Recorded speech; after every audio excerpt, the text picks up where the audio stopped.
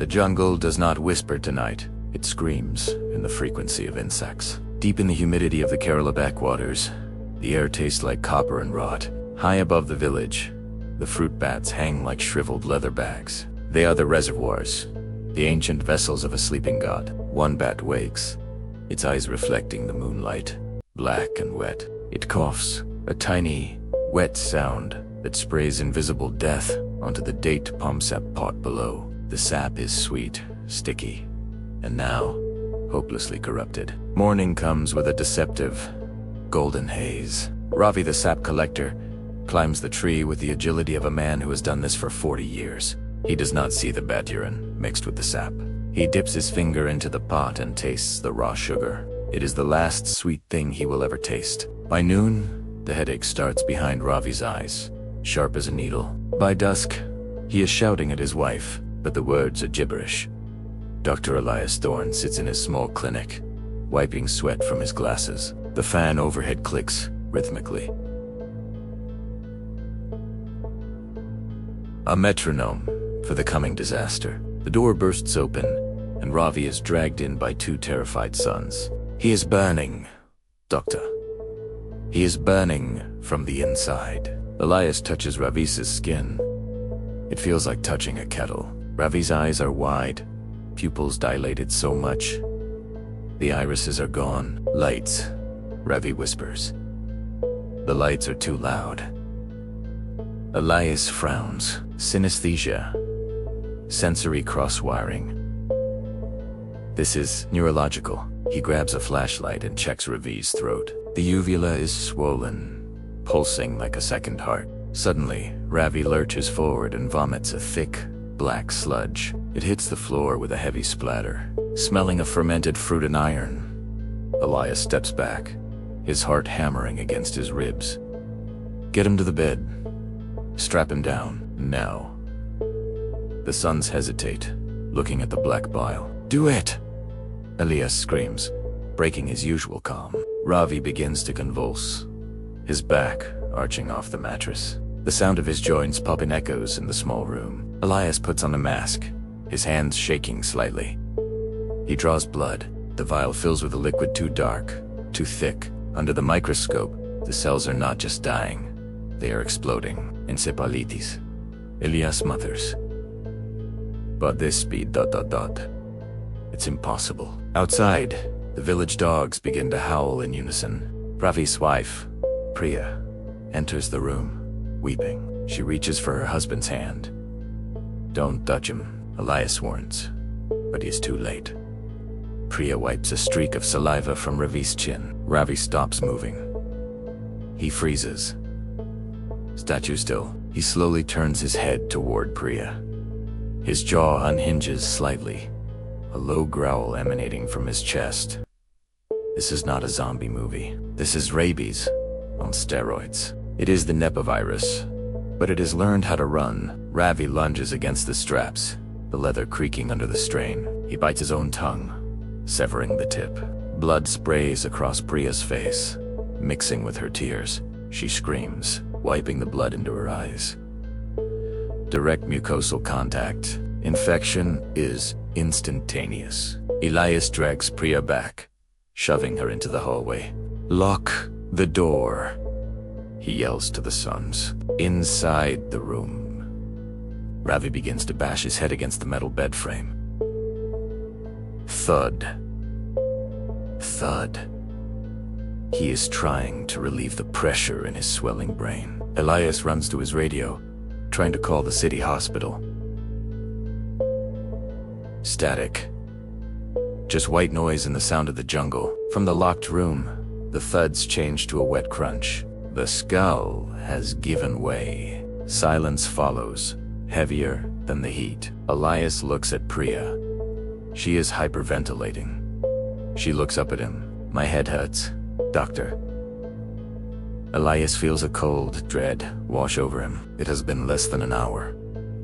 The incubation period has vanished. He looks at the two sons. They are covered in their father's sweat. Nobody leaves, Elias whispers. He locks the front door of the clinic. The younger son, Arjun, starts to cough. It is a dry, hacking cough that sounds like tearing paper. Elias grabs a scalpel, holding it behind his back. Stay back. Arjun falls to his knees, clutching his throat. He looks up, and blood starts to leak from his tear ducts. The virus is liquefying the soft tissue. The older son backs away, knocking over a tray of instruments. The crash is deafening. Priya stands up. Her movements are jerky, marionette-like. She walks toward the window and smashes her face into the glass. She doesn't feel pain. The virus has eaten the pain receptors. She laughs, a gurgling, wet sound. Elias realizes they are trapped in a box with a biological fire. He retreats to his office, sealing the gap under the door with tape. Through the thin wood, he hears the slaughter begin. The sons are screaming. Priya is screaming. Then, the sounds merge into animalistic snarling. Elias looks at his own hands, a small cut on his finger. Had he touched the bile? He can't remember. He looks out the window at the village below. Lights are turning on in every house. The screams are spreading from the clinic to the neighbors. The bats circle above, silent witnesses to the harvest. Day 3. The clinic is no longer a place of healing. It is a tomb wrapped in plastic sheeting. The military has arrived outside, wearing yellow hazmat suits. They do not enter. They only point rifles at the windows. Elias is still in his office, dehydrated and shaking. The hallway is silent, but the smell is atrocious. It smells like a butcher shop left in the sun. He hears scratching at his door. Slow, deliberate fingernails. Dr. A voice croaks. It is Arjun. Let me in. My brain is too big for my skull. Elias grips the scalpel tighter. Go away, Arjun. It itches. Doctor. The inside of my head itches. Elias hears the sound of peeling. Arjun is scratching his own scalp off to get to the itch. Elias covers his ears, squeezing his eyes shut. Outside, a loudspeaker blares. Remain indoors. Lethal force authorized. A gunshot cracks through the night. Then another. They are shooting runners. Elias knows he has to move. The air in the office is stale. He needs water. He slowly unblocks the door and opens it an inch. The hallway is painted in red and black. Bodies are piled in the waiting room, tangled in a gruesome embrace. But they aren't all dead. A hand twitches. A leg spasms. The virus keeps the brainstem active even after the mind is gone. Elias steps over Priya's body. Her face is gone. He makes it to the sink. The water runs brown. He drinks it anyway. He doesn't care anymore. Suddenly, a hand grabs his ankle. It's the older son. His jaw is hanging loose, broken. He makes a sound, like a drowning cat. Elias kicks him away, slipping on the slick floor. A falls hard, his face inches from a pool of blood. In the reflection of the blood, he sees a bat hanging from the ceiling fan. How did it get inside? The bat drops, landing on the older son's chest. It bites into the necrotic flesh. The cycle completes itself. Elias scrambles up and runs to the back exit. He pushes the door open and stumbles into the night air. A spotlight hits him immediately. Blinding white. Freeze. A voice booms from a speaker. I'm a doctor. I'm uninfected. Elias screams, raising his hands. Get on the ground. Elias drops to his knees in the dirt.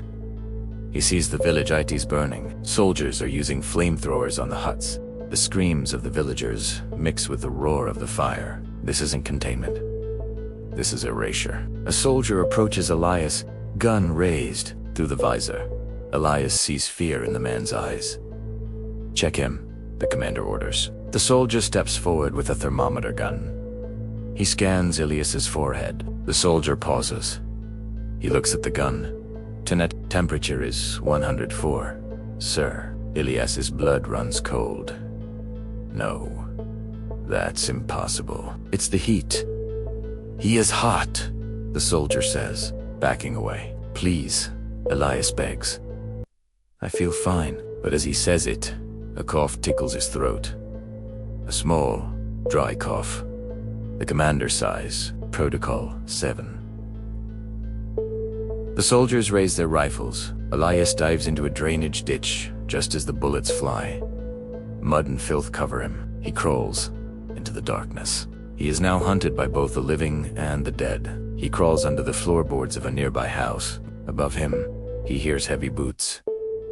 He holds his breath, but the cough builds in his chest. It feels like insects crawling up his windpipe. He clamps his hand over his mouth. Blood seeps between his fingers. The virus is fast. Faster than before. His vision begins to blur at the edges. Tunnel. Vision! He hears a child crying in the room above. The soldiers hear it too. Clear the room, the commander says. Elias hears the burst of automatic fire. Then silence. Then the thud of a small body hitting the floor. Elias weeps silently, tears mixing with the blood on his face. His head begins to throb. The swelling has started. He needs to find a sample. He needs to document this. Even if it is, the data must survive. He crawls out from the house, moving toward the jungle. The trees loom ahead, dark and foreboding. But the jungle is not empty. Shadows move between the trees. The infected villagers who escaped the fire, they are not running. They are hunting. Their eyes glow with the reflection of the burning village. They move on all fours, mimicking the bats. Elias realizes the virus is devolving them, returning man to beast. The jungle is a fever dream. Elias stumbles, his leg catching on a root. He doesn't feel the pain. His nervous system is frying.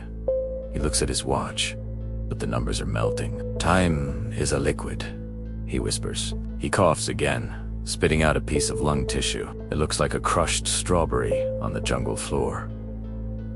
He leans against a banyan tree. The bark feels like human skin. He looks up. The trees are full of them. Hundreds of infected villagers, perched on branches like birds. They watch him silently. They are waiting for him to turn. I am not one of you. Elias gasps. A woman drops from the tree, landing silently on all fours. It is the village nurse, or what is left of her. Her jaw is distended, hanging loose. She tilts her head. Elias? She gurgles, but her lips don't move. The voice is in his head. Auditory hallucinations. The temporal lobe is dissolving. Join us, Elias. The pain stops when you let go.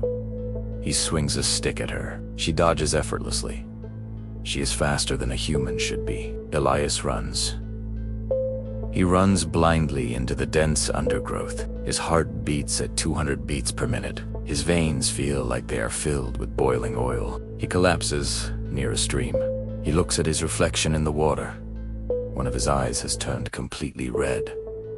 A hemorrhage. The other eye is dilating, shifting, becoming animal. He takes out his voice recorder. His hands are claws now. He hits record. Subject... ... Elias Thorne. He wheezes. Stage 4. Total cognitive dissonance. The virus... ... It communicates. It's a hive mind. They are talking to me. He hears the flutter of wings.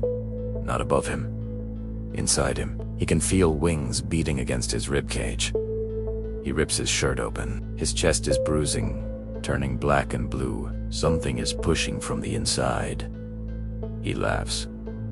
A manic, broken sound. I am the cocoon, he says to the recorder. The infected nurse steps out of the bushes. She is followed by others. The sons. The shopkeepers. They form a circle around him. They do not attack. They witness. Elias tries to stand, but his legs are paralyzed. The swelling is pressing on his spinal cord. He drags himself by his arms. Kill me, he begs them. The nurse shakes her head. No death, only change. Elias feels a pop in his ear. Deafness on the left side. His balance is gone. The world spins sideways. He rolls onto his back, looking at the moon. The moon looks like a giant, infected eye. A bat lands on his chest. A stairs at Italiano. Each star is back. It has his face. He screams, but no sound comes out. His vocal cords are paralyzed. The bat crawls up his neck. It forces his mouth open. It crawls inside. Elias gags, choking, thrashing. He swallows the darkness. Suddenly, the pain stops. The fear stops.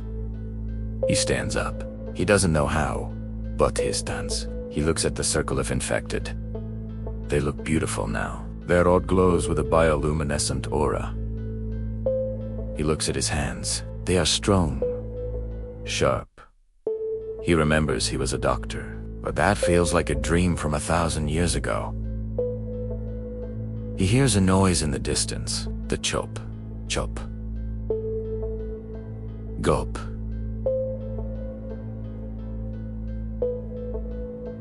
Dop. Nah. Lights sweep over the jungle. More food is coming. Elias smiles. His teeth are needle sharp. He picks up the voice recorder one last time. He crushes it in his hand. Plastic and metal shatter. He looks at the nurse. She points to the sky. Elias groases. His muscles coil with inhuman power. He leaps. He is not falling. He is flying. He catches the wind. He screeches, a sound that shatters the night. Below him, the soldiers in the helicopter look down. They see a shadow rising to meet them. Not a man, not a bat. Something new, something hungry. The feed cuts to black